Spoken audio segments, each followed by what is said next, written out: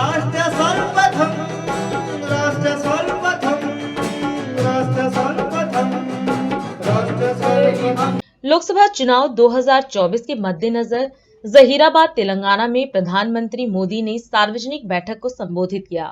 इस अवसर पर प्रधानमंत्री ने कहा कि पिछले 10 सालों में देश ने एनडीए की स्थिर व निर्णायक सरकार को देखा है। पीएम ने कहा कि बीजेपी किसान कल्याण को प्राथमिकता देती है। वहीं उन्होंने कांग्रेस पार्टी पर जमकर हमला बोला और कहा कि नारी ने कांग्रेस के कार्यकाल में जन्म से लेकर जीवन तक कठिनाइयों का सामना किया है, इसलिए बीजेपी सरकार ने बेटी पढ़ाओ बेटी बचाओ अभियान की शुरुआत की, बेटियों के लिए शौचालय बनवाए और पीएम आवास में बनने वाले घर भी मुख्य रूप से महिलाओं के नाम पर दिए जा रहे हैं।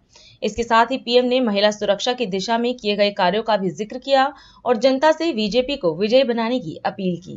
साथियों, पिछले 10 वर्षों में देश ने देखा है कि एनडीए की स्थिर सरकार, निर्णायक सरकार देश को कितना आगे लेकर जा सकती है। बीजेपी किसान कल्याण को प्राथमिकता देती है।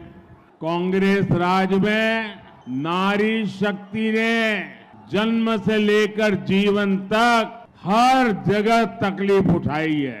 बेटी पैदा होती थी तो उसकी पढ़ाई सबसे कठिन चुनौती होती थी। स्कूलों में शौचालय न होने से बेटियों को स्कूल बीच में ही छोड़ना पड़ता था और इसलिए हमने बेटी बचाओ बेटी पढ़ाओ अभियान शुरू किया। हर स्कूल में बेटी के लिए अलग टॉयलेट बनवाए।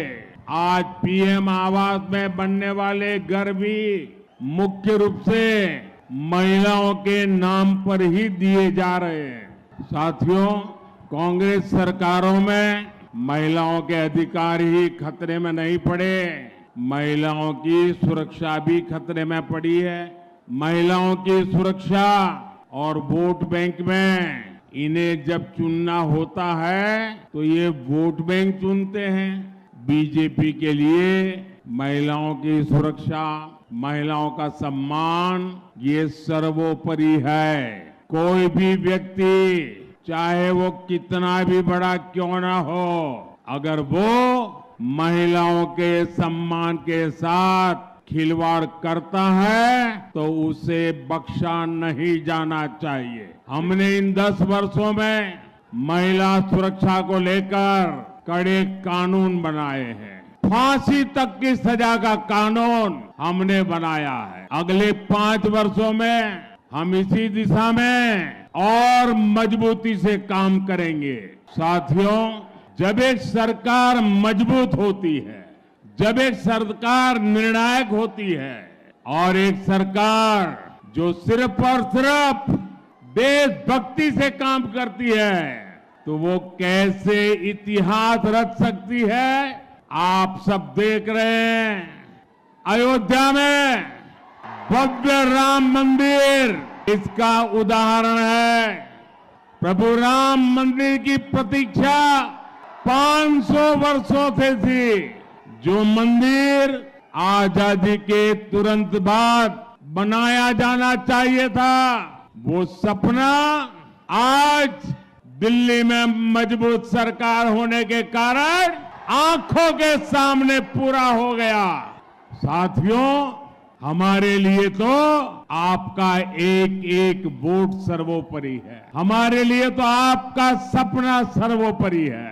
2014 में देश ने मुझे चुन करके संसद में भेजा और जब मैं पहले दिन संसद में गया तो संविधान का प्रतिबिंब हमारे देश की संसद होती है और पहले ही जाकर के मैंने संसद के सामने सर झुकाया, अपना माथा टेका। बाद में मैंने कदम पार्लियामेंट पे रखा था क्योंकि संविधान के लिए हम समर्पित हैं। साथियों, तेलंगाना और देश के विकास के लिए बीजेपी ही विकल्प है, बीजेपी ही संकल्प है। हमारी सरकार ने तेलंगाना के विकास के लिए लाखों करोड़ रुपए दिए हैं। इससे गरीब कल्याण के कार्यों में तेजी आई है। आज तेलंगाना में 4 वंदे भारत ट्रेन चल रही है।